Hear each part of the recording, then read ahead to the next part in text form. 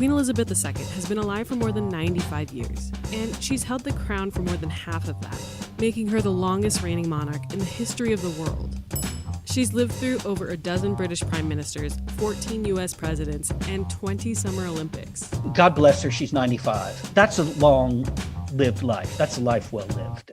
This is Bill Booth, and he agreed to talk about the unspeakable, the day London Bridge will fall down.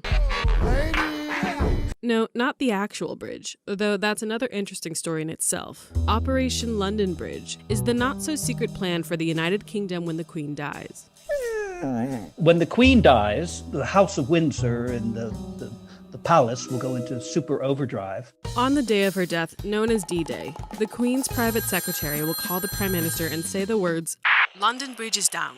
The news will then go out to the 15 governments where the Queen is also the head of state. After that, the 38 other nations of the Commonwealth will know.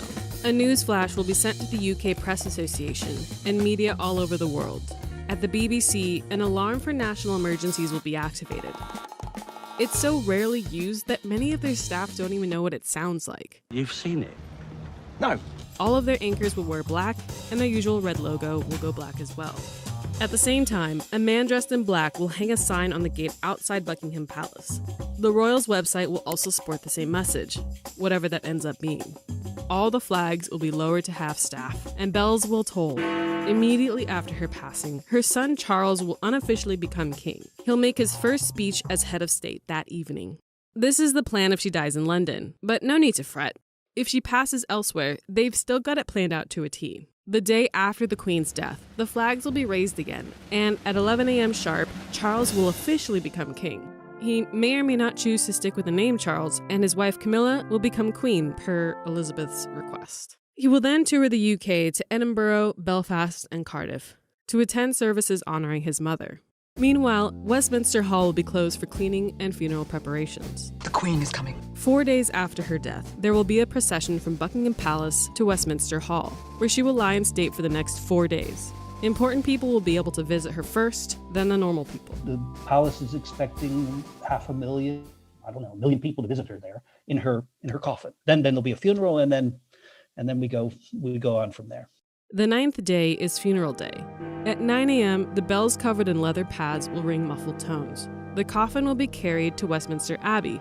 The funeral will begin at 11 a.m.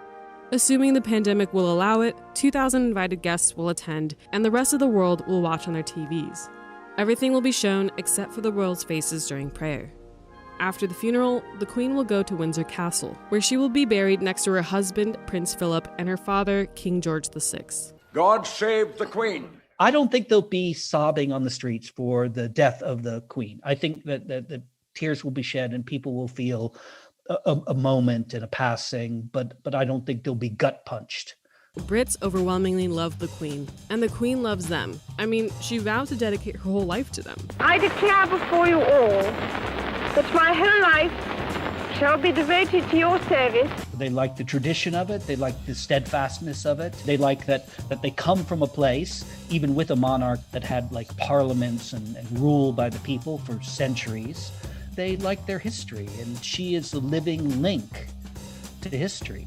Look, change is hard, and no one is looking forward to this day, no matter how inevitable it is. But one thing's for sure. It'll just be a phenomenal 10 days of pomp and circumstance. I mean, they've designed it that way, and that is the genius of this House of Windsor and this monarchy, right? That they know how to put on a good show.